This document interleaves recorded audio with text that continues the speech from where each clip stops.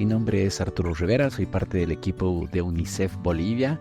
Trabajo en lo que es gestión de riesgos y emergencias en el área específica de educación.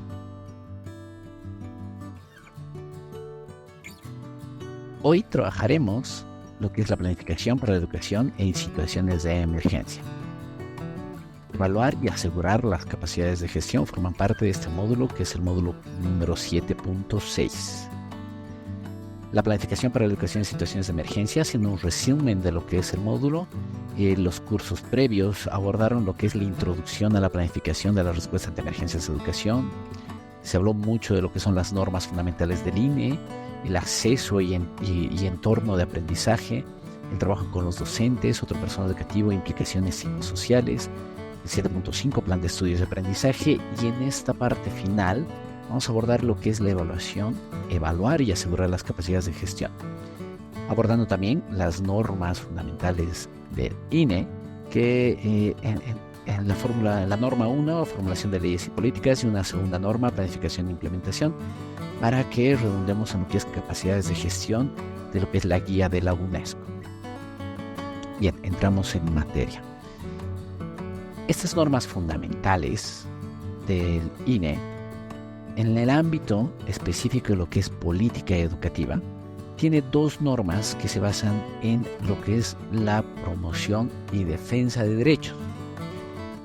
Tomando en cuenta de que los derechos, los instrumentos jurídicos y las declaraciones internacionales establecen que todos los individuos tienen derecho a recibir educación.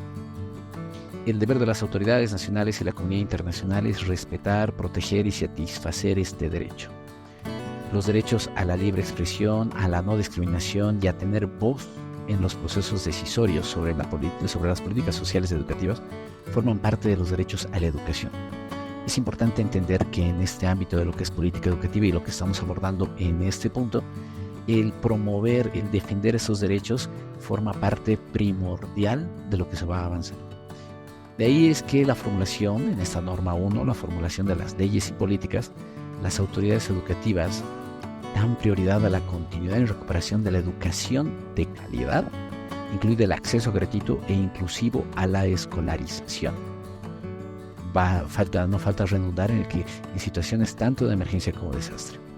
Una segunda norma, lo que plantea la planificación y la implementación, donde las actividades educativas tienen en cuenta tanto las políticas, las leyes, las normas, los planes, tanto a nivel internacional como a nivel nacional, y las necesidades de aprendizaje de estas poblaciones afectadas.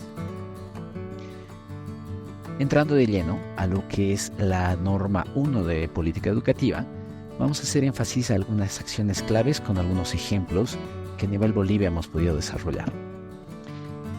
Por cierto, esta norma 1, formulación de leyes y políticas, está basada en las normas INE del 2010, la misma que está en un proceso de actualización.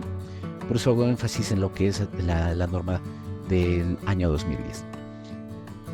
Las acciones claves, las leyes, reglamentaciones y políticas educativas nacionales respaldan el carácter protegido de los establecimientos educativos, los educandos, los maestros y demás personal educativo, conforme lo establece el derecho internacional humanitario y los derechos humanos. Entonces, la formulación de estas leyes y políticas se basa en lo que son los derechos, tanto humanos como a nivel internacional. A nivel local, las leyes, reglamentaciones y políticas educativas nacionales respetan, protegen y satisfacen el derecho a la educación y garantizan la continuidad de la educación, especialmente en situaciones de emergencia y desastre. En este caso, los clústeres a nivel Bolivia, por ejemplo, el clúster de educación, ha permitido tener ese espacio en el que se incide en el Ministerio de Educación para que en situaciones de emergencia y desastre se garantice la continuidad de las clases, la continuidad de los procesos educativos sin afectar la gestión educativa del año. Claro, con todos los bemoles que implica tratar de trabajar remotamente, pasar a educación alternativa con lo que son la educación remota, entre otras. Sin embargo, es importante que los estados, las políticas nacionales tengan muy claro que bajo ninguna circunstancia la suspensión de las clases sea la última medida para no perjudicar la continuidad de la gestión educativa. Otra acción clave: las leyes, los reglamentos y las políticas garantizan que todas las instalaciones educativas reconstruidas o sustituidas sean seguras. Es importante que la reconstrucción, la rehabilitación de las entidades, las unidades educativas, sean bajo ese enfoque de seguridad, para no recaer y redundar en lo que son las emergencias o pasar de una a otra. Las políticas educativas nacionales cuentan con el respaldo de planes de acción, leyes y presupuestos que permiten una respuesta rápida ante situaciones de emergencia. La planificación es una parte muy importante en el que el liderazgo de los ministerios de educación, el liderazgo de las entidades estatales, permite tener a nivel nacional no solamente ejemplos de planificación. Bolivia, recién el año pasado, pudimos contar con un Plan Nacional de Emergencias reconocido a nivel ministerial, en el que da los lineamientos para las 16.000 escuelas que existen en el país. Otra acción clave: las leyes, reglamentaciones y políticas permiten que actores no estatales, en este caso organizaciones no gubernamentales, organismos del Sistema de Naciones Unidas, establezcan programas de educación en situaciones de emergencia.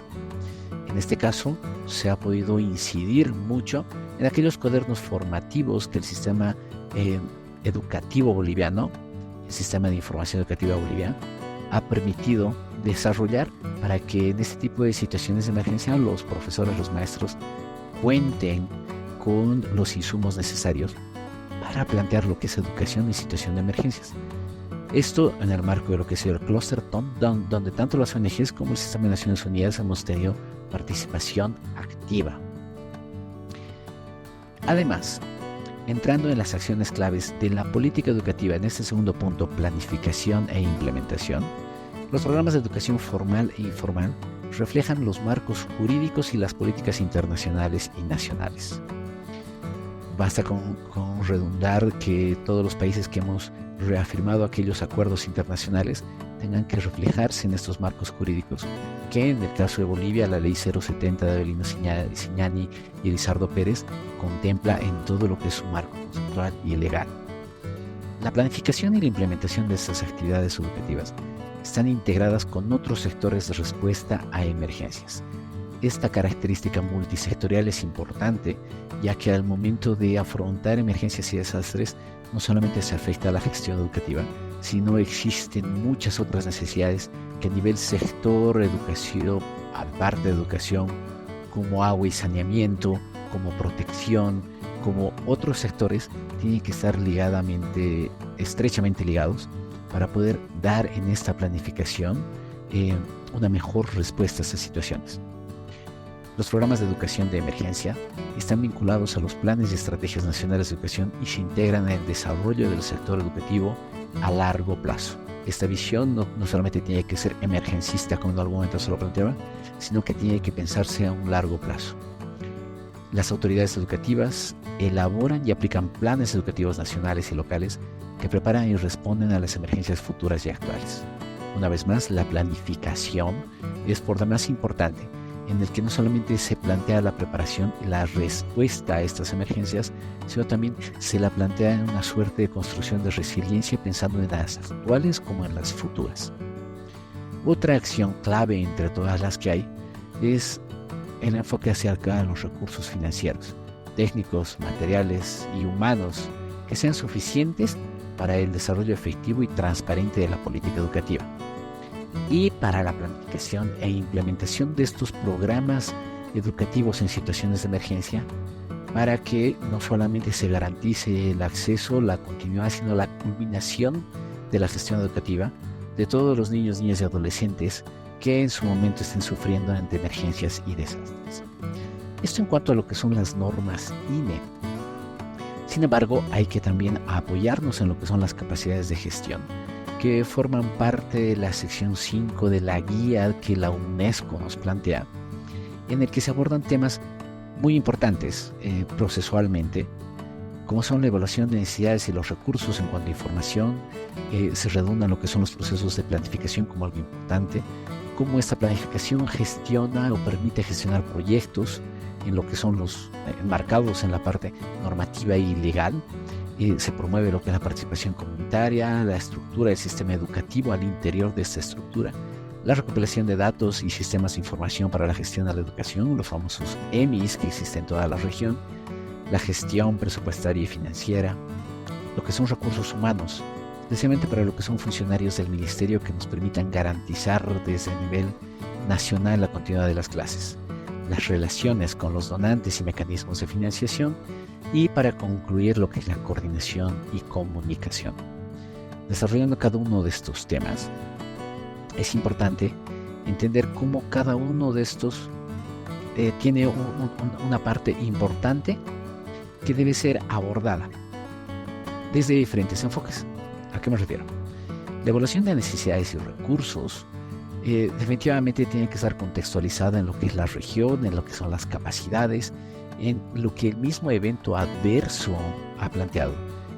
Todas estas variables hacen que sea completamente diferente y que esta guía, estos pasos, estas propuestas, simplemente sean insumos para lo que es la adecuación.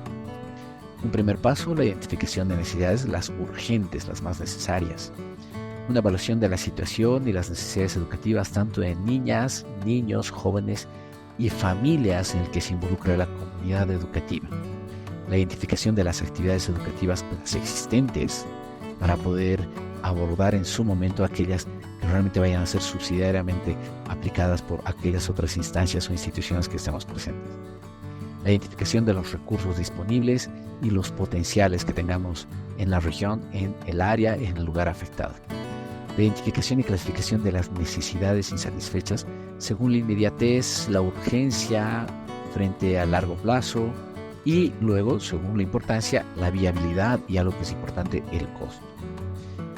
Un primer ejercicio de lo que es la evaluación rápida se tiene en formatos como la evaluación de necesidades posteriores al desastre, que en el sector de educación se promueven como formatos del Banco Mundial, Unión Europea, Naciones Unidas, o la evaluación de daños y pérdidas en el sector de educación que la CEPAL ha propuesto.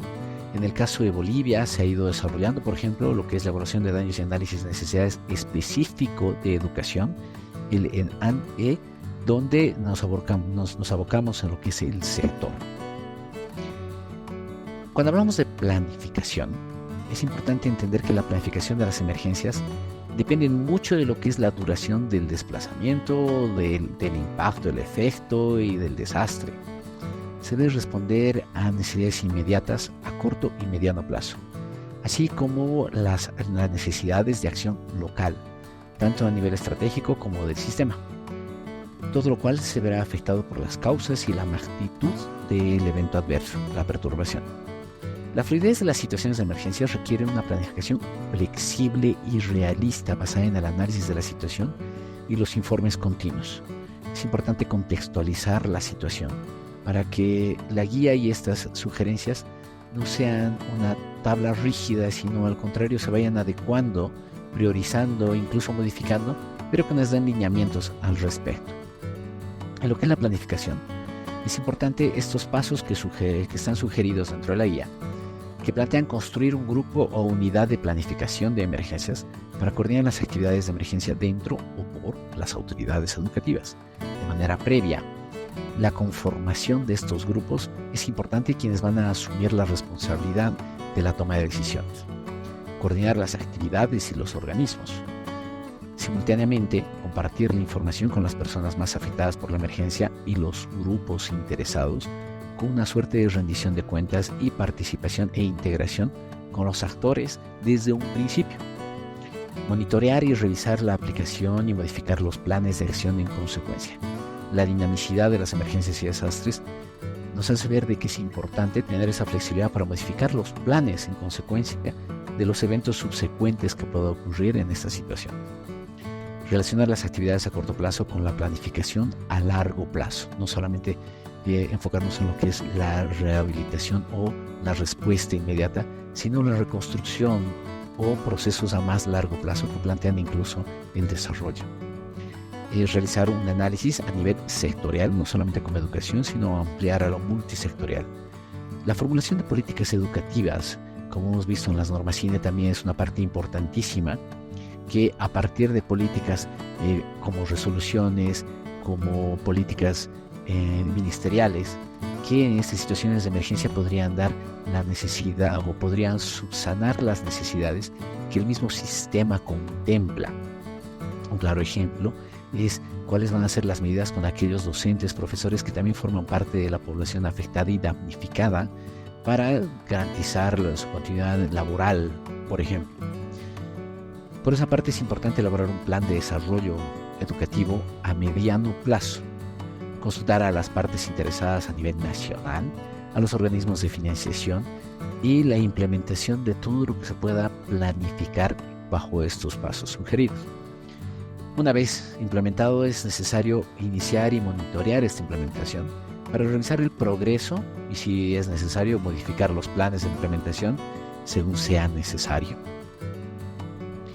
En lo que es el segundo punto, gestión de proyectos, constituir inmediatamente una unidad de coordinación del proyecto dentro del Ministerio Central o la autoridad educativa. Es importante recalcar que estos pasos se enfocan mucho en lo que es la administración de los ministerios.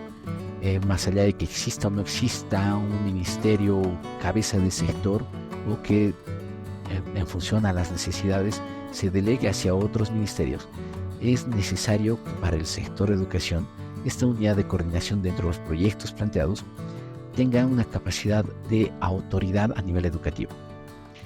Solicitar borradores de proyectos y propuestas a los distintos departamentos de educación del ministerio o empresas de educación y de educación superior, en este caso sea educación regular, superior, alternativa.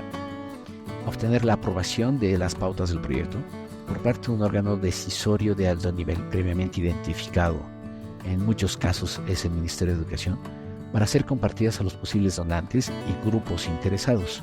Es importante seguir ese conducto regular en que el Ministerio de Educación, como cabeza de sector, lidere la elaboración y la gestión de estos proyectos.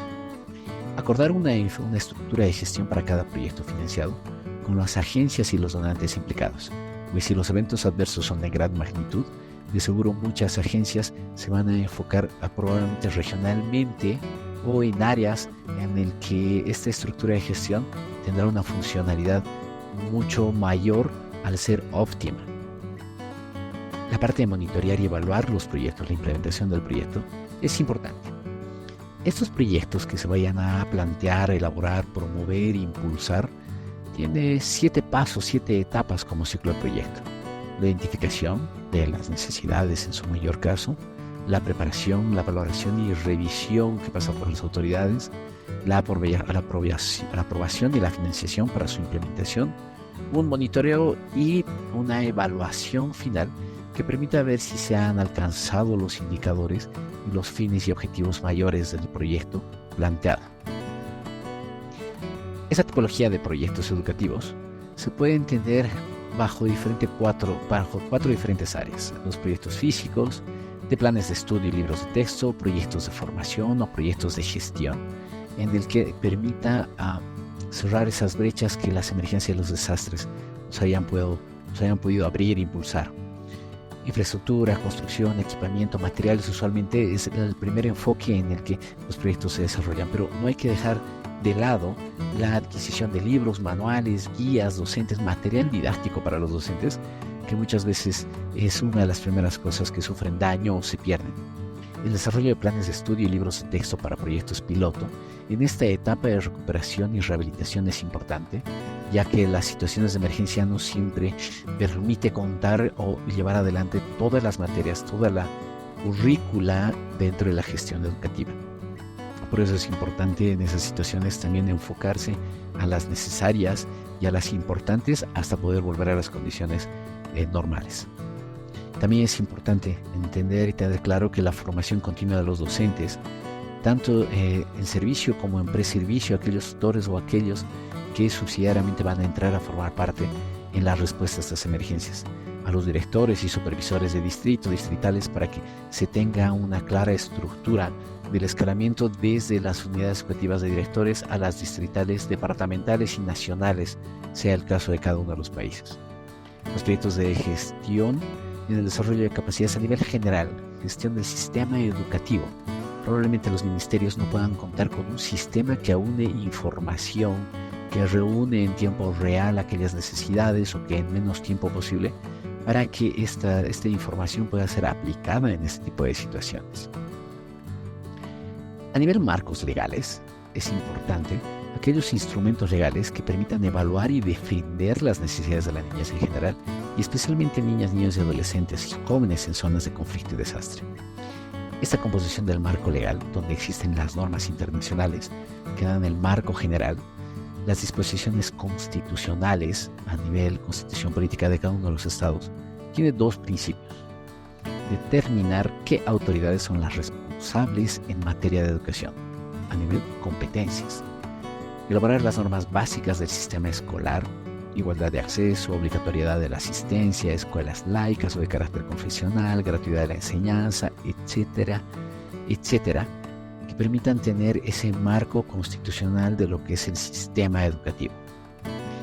En las disposiciones legales se formulan los objetivos del sistema, se especifican su organización a nivel general, determina la jurisdicción de las escuelas, se garantizan los derechos de las familias como comunidad educativa y define las responsabilidades de los estudiantes. Y en un poco más específico, las disposiciones infralegales, que van más allá de lo legal, dentro de lo legal, aspectos muy evolucionados y complejos de los sistemas educativos, en los que cada uno de los sistemas educativos, dentro de su normativa específica legal, es importante que formen parte de este componente, de esta composición de lo que es el marco legal. Y las disposiciones judiciales, las que posibilitan el control y legalidad de la responsabilidad de todo acto planificado en su sistema educativo, que va más allá de solamente el sistema. La participación comunitaria, cómo se impulsa esta participación comunitaria. Los pasos que se sugieren son la realización de un estudio de viabilidad relacionado con la introducción y fortalecimiento de la participación comunitaria en lo que es la escolarización. Además, establecer o fortalecer los comités educativos comunitarios, CESC, supervisar su funcionamiento y ajustar o ampliar su función, ya que la comunidad educativa juega un papel importantísimo en las escuelas, no solamente como padres de familia, sino como responsables en los gobiernos municipales, gobiernos locales, su escalabilidad a nivel departamental, provincial, nacional. Decidir las funciones y responsabilidades a largo plazo de estos comités educativos en el sistema educativo y las relaciones que tienen en los CESCA con los otros sistemas o con otras partes del sistema. Utilizar los comités educativos comunitarios en la medida de lo posible y adecuado para ayudar al retorno y a la reintegración, donde como padres de familia, como autoridades locales, es importante de que volver a las condiciones normales de educación, a las clases regulares, forman parte y requieren del apoyo a nivel comunitario, muy importante para garantizar la educación de los niños, niñas y adolescentes, especialmente en situaciones de emergencia y desastre. Cuando hablamos de la estructura del sistema educativo, en el caso de que sean los ministerios de educación que en la región lideran como cabezas de sector, es importante entender que la naturaleza continua de las emergencias, especialmente cuando son crónicas, requiere que se establezcan estructuras provisionales para reanudar las condiciones educativas con la mayor proximidad posible a la normalidad, en condiciones que se entiendan como temporales. Es importante considerar que las emergencias y desastres tienen un principio, tienen un fin, pero como parte de la previsión como estructura educativa, se tenga que tener estas previsiones de cómo llevar adelante en esas condiciones de temporalidad. Para eso se sugiere evaluar el impacto de las emergencias y de la gestión educativa en las zonas que han sido más afectadas y que tengan mayor crisis. En base a esta evaluación, realizar modificaciones necesarias en las estructuras de gestión existentes o, si es necesario, establecer otras nuevas para que les dé celeridad en la respuesta para reanudar las condiciones educativas normales con mayor prontitud. Establecer y aclarar las relaciones con organismos y agencias externas. Los espacios como los clústeres permiten tener esta relación directa y trabajar bajo una misma línea sin tener que tropezar con otros problemas que en otras oportunidades, en otros años anteriores, se tropezaban en el que no existía estas relaciones, estas coordinaciones claras, donde el fin mayor de ayudar no precisamente permitía la ayuda, sino en muchos casos perjudicaba. El gestionar y monitorear la reintegración efectiva de los repatriados es importante, entendiendo de que no solamente nos enfocamos a los estudiantes locales, sino también a todos aquellos que no lo son. Desarrollar una estructura de apoyo al sistema educativo en la situación posterior a la emergencia. Está claro que aquí el mensaje mayor es la descentralización, en el que el sistema educativo no solamente se aboque o se aferre a centralizar todas las medidas cuando la diversidad de las regiones afectadas, cuando las multiamenazas han ocasionado diversos impactos y que requieren de alguna forma u otra su respuesta desde diferentes sectores. Cuando hablamos de los EMIs, la recopilación de datos y sistemas de información para la gestión educativa, no todos los ministerios cuentan con sistemas eficientes. Por eso es importante que estos sistemas estén diseñados para recopilar y analizar todos los datos sobre el sistema educativo con el fin de mejorar la planificación. Cuando se tienen datos específicos, la planificación es mucho más eficiente, no solamente en la asignación de recursos, sino en el monitoreo y la formación de políticas y especialmente en la toma de decisiones. Estas situaciones de emergencia requieren de información especial y oportuna, primero sobre el número y ubicación de niños, niñas y adolescentes en edad escolar desplazados o afectados por la emergencia y si están o no con sus familias o se han separado. La posibilidad, la disponibilidad y las condiciones de las instalaciones escolares, la disponibilidad de los docentes, la disponibilidad del material didáctico, la seguridad. Es importante coordinar los datos de la emergencia y los EMIs existentes para tener una lógica y coherencia al momento de dar respuesta. Cuando hablamos de la gestión de presupuesto y las finanzas, las emergencias pueden limitar o reducir los recursos nacionales, aquellos disponibles para el sistema educativo, que usualmente son bastante limitados. Las autoridades educativas se enfrentarán a desafíos como la asignación de recursos, tanto existentes, y a la movilización de recursos adicionales. Dentro de las sugerencias que plantea la guía, los niveles educativos pueden ser los siguientes: a nivel preescolar, básica, formación de docentes, formación continua e investigación de los docentes, alfabetización y educación de adultos, administración general, central y regional, como una de las aristas, como una de las alas en el que se podría organizar esta gestión de presupuesto. Cuando hablamos de situaciones de emergencia, se podría agregar lo siguiente: disposiciones educativas para los refugiados, disposiciones educativas para los desplazados internos, programas educativos para lo que es la reintegración de todos estos niños, niñas y adolescentes, tanto desplazados como refugiados. Los gastos básicos pueden incluir salarios de los docentes, salarios de otros miembros del personal, suministros y materiales educativos, construcción y mantenimiento de escuelas, transporte y muchos otros gastos que son de los corrientes. En situaciones de emergencia se podría agregar el restablecimiento de las infraestructuras, restablecimiento de los sistemas de información y comunicación.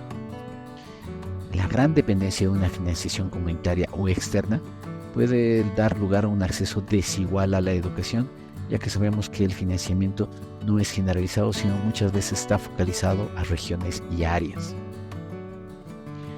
Cuando hablamos de recursos humanos, en lo que son los funcionarios de los ministerios, las emergencias alteran los sistemas de recursos humanos y dispersan tanto los recursos como a las personas. En muchos casos, probablemente los funcionarios también forman parte de aquellas comunidades que han sido afectadas o damnificadas. Por eso se sugiere, primero, evaluar la situación actual, vis a vis del personal educativo que presta los servicios a la población afectada por las emergencias, para entender que no sean también parte de lo que son las poblaciones afectadas. Tomar medidas provisionales en materia de recursos humanos en caso de que fuese necesario, subsidiariamente saldar estas brechas, trabajar en la elaboración de estrategias a largo plazo para la gestión de los funcionarios del ministerio afectados por la emergencia, trabajar para garantizar una oferta óptima para el personal educativo y los docentes que han regresado, pues volver a las condiciones de normalidad cuando el evento adverso, la emergencia o el desastre ha provocado daños en la infraestructura, en el entorno, en la población, pues requiere de que las personas que vayan a retornar tengan las condiciones no solamente de seguridad, sino óptimas para continuar con su desarrollo y desempeño. Eh, Cuando hablamos acerca de donaciones, los mecanismos de financiamiento, es importante entender que los donantes son cada vez más conscientes de la necesidad de apoyar las iniciativas educativas para todas las poblaciones, no solamente en conflictos y desastres. No obstante, el sostener niveles adecuados de financiamiento para la educación en situación de emergencia sigue siendo un gran desafío. Primero porque existe hoy por hoy una gran fragmentación institucional, el debilitamiento de la función de las autoridades tanto nacionales, esa rotación de personal, de autoridades designadas, entre otras, genera ciertos conflictos que van sumando más hacia los desastres. Por eso se sugiere establecer un liderazgo nacional para la coordinación, tanto de los donantes como la inclusión y designación de personal idóneo para trabajar a tiempo completo en esta función. Creemos que es muy importante esto, no solamente por el carácter técnico que representa las emergencias y los desastres, sino por el conocimiento de los sistemas educativos y su interior.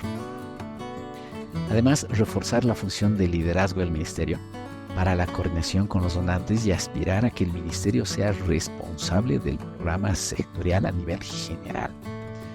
Garantizar que el personal interesado esté familiarizado con las funciones, los mandatos, las prácticas habituales, los límites de los actores, las donaciones a los donantes extranjeros y adoptar estas medidas para fomentar una confianza mutua. Pues los mecanismos de financiamiento, las relaciones con los donantes, también pasa por las personas. Coordinación y comunicación.